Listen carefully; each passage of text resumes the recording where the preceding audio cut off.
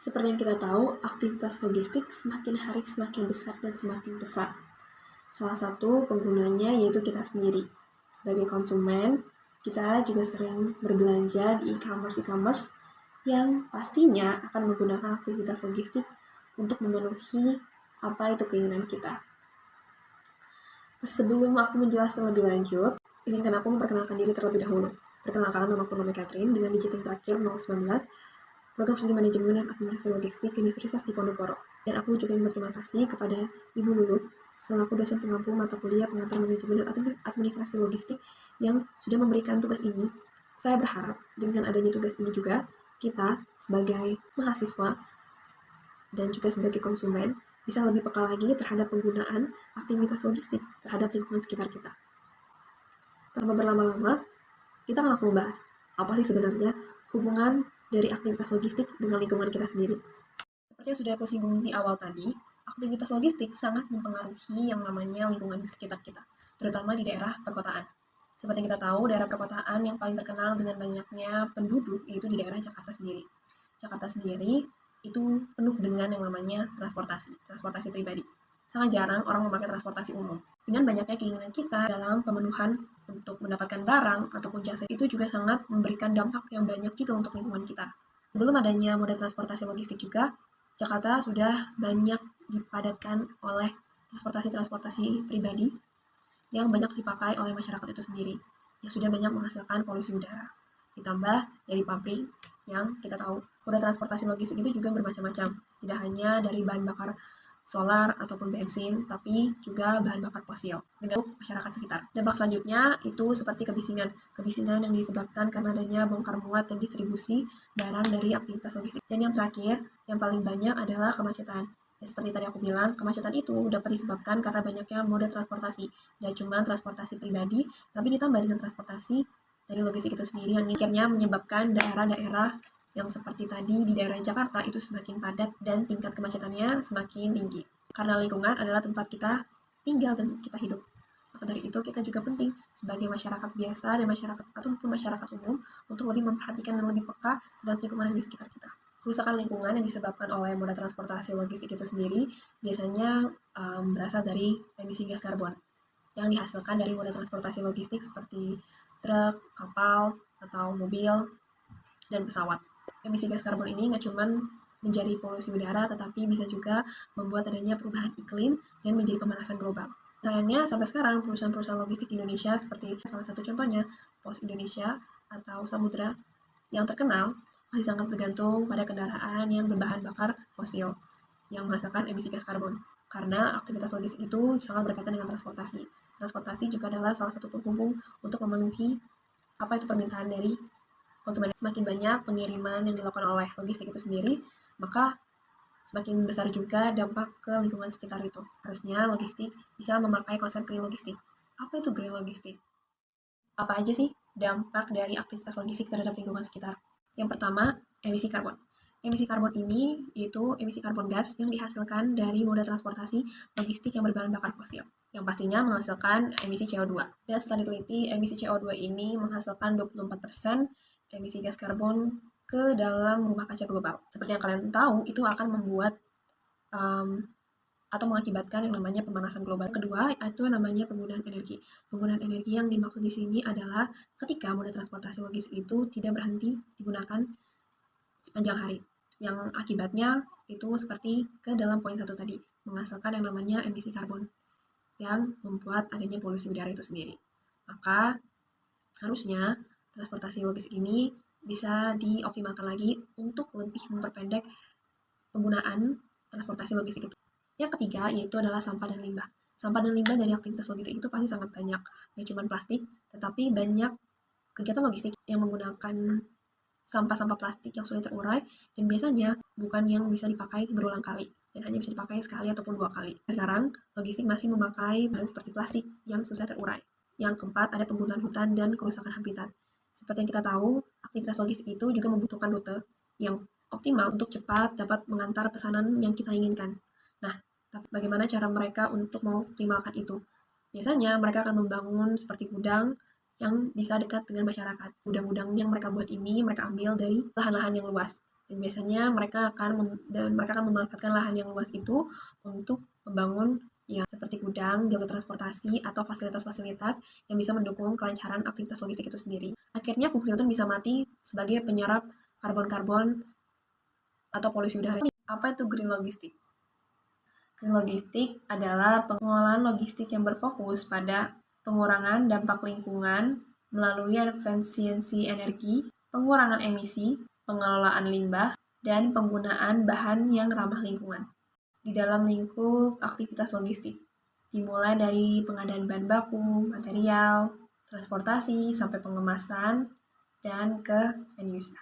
Konsep dari green logistik itu yang pertama mengurangi emisi dalam penggunaan bakar fosil. Seperti yang kita tahu, sekarang sudah banyak alternatif seperti memakai kendaraan dengan bahan bakar listrik, mungkin untuk jarak yang dekat, untuk menekan biar tidak adanya polusi udara, untuk mengurangi adanya peningkatan polusi udara yang semakin meningkat.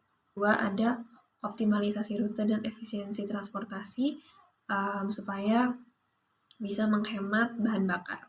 Ketiga, itu bisa memanfaatkan energi terbaru di dalam aktivitas logistik. Salah satunya adalah dengan memasang panel surya di daerah pergudangan untuk menghemat dalam bagian listrik. Mengurangi kebutuhan pendinginan seperti yang ada dalam gudang untuk menghemat energi. Dan mengurangi ketergantungan pada energi fosil. Yang keempat itu ada pengelolaan limbah dan penggunaan material ramah lingkungan. Seperti mengurangi yang namanya plastik sekali pakai, lalu kemasan sampah plastik, terus memakai kemasan daur ulang dengan cara mengambil limbah yang ada dalam logistik untuk dijadikan untuk dimasukkan ke dalam reverse logistik. Di serve logistik itu sendiri adalah seperti mendaur ulang barang-barang atau bahan-bahan yang tidak terpakai untuk dijadikan lagi produk baru. Itu merupakan salah satu bentuk dalam pengurangan limbah dalam logistik. Lalu yang kelima ada integrasi kepada seluruh rantai pasok. Integrasi di sini itu tidak berfokus pada transportasi, melainkan juga berfokus pada bagian pergudangan, pengiriman, bagian pengemasan, dan aktivitas logistik lainnya.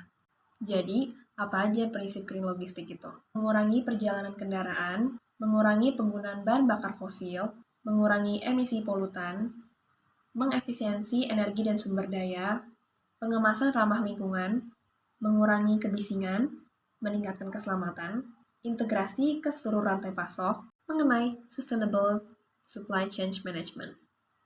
Jadi, sustainable supply chain management itu sendiri adalah supply chain yang berkelanjutan, di mana ketika aktivitas logistik itu bisa mendistribusikan barang dengan menggunakan ramah lingkungan, seperti tidak adanya menimbulkan polusi udara, kebisingan, atau kemacetan, dan bisa lebih ekonomis dengan menghemat bahan bakar dan menghemat rute perjalanan. Dengan begitu, bisa membuat masyarakat di sekitar juga lebih nyaman untuk dapat beraktivitas sehari-hari. Karena sustainable supply chain management ini tidak hanya di bagian lingkungan saja, tapi juga di bagian ekonomi dan juga sosial. Jadi, apa langkah-langkah untuk bisa mewujudkan sustainable supply chain management ini? Salah satunya adalah yang pertama profitabilitas jangka panjang.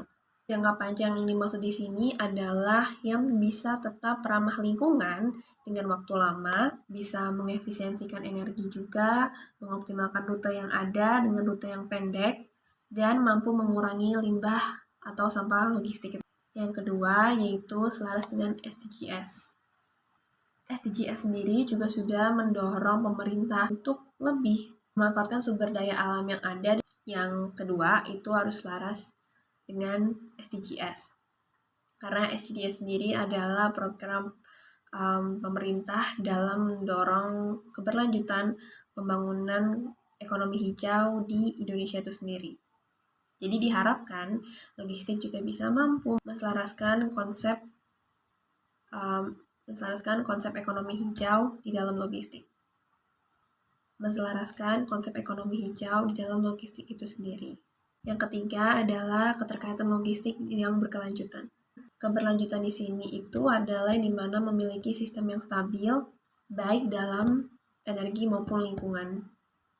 Diharapkan dengan adanya keberlanjutan ini bisa membuat lingkungan masyarakat dengan adanya aktivitas logistik itu menjadi lebih rendah polusi dan menjadi sistem logistik, aktivitas logistik yang lebih bersih dan mampu menerapkan 3R, reduce, reuse, and recycle. Jadi dari 4 materi yang telah kita bahas tadi, dapat kita simpulkan bahwa aktivitas logistik sendiri punya pengaruh yang sangat besar terhadap lingkungan di sekitar kita. Mulai dari emisi gas karbon, polusi udara, kemacetan, kebisingan, dan masih banyak lagi, dan sampah plastik yang semakin banyak setiap harinya.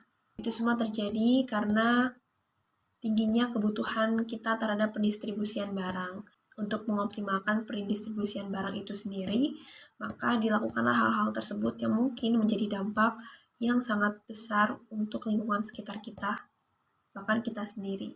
Karena itu, adanya green logistik ini diharapkan perusahaan bisa memakai konsep ini untuk mengurangi energi, menghemat bahan bakar, atau mungkin mengganti bahan bakar yang menjadi ramah lingkungan dan mampu mengoptimalkan rute yang efisien tanpa harus menggunakan lahan-lahan yang harusnya tidak digunakan untuk membangun infrastruktur logistik.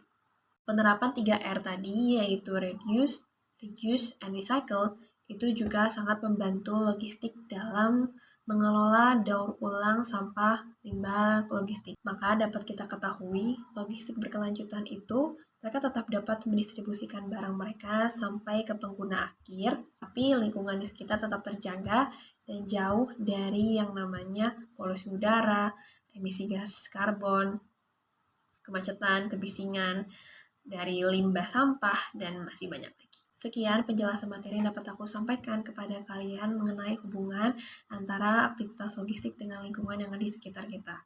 Semoga kita sebagai konsumen logistik juga bisa lebih mengetahui dan lebih peka lagi terhadap penggunaan logistik itu sendiri dan lebih peka lagi terhadap lingkungan di sekitar kita.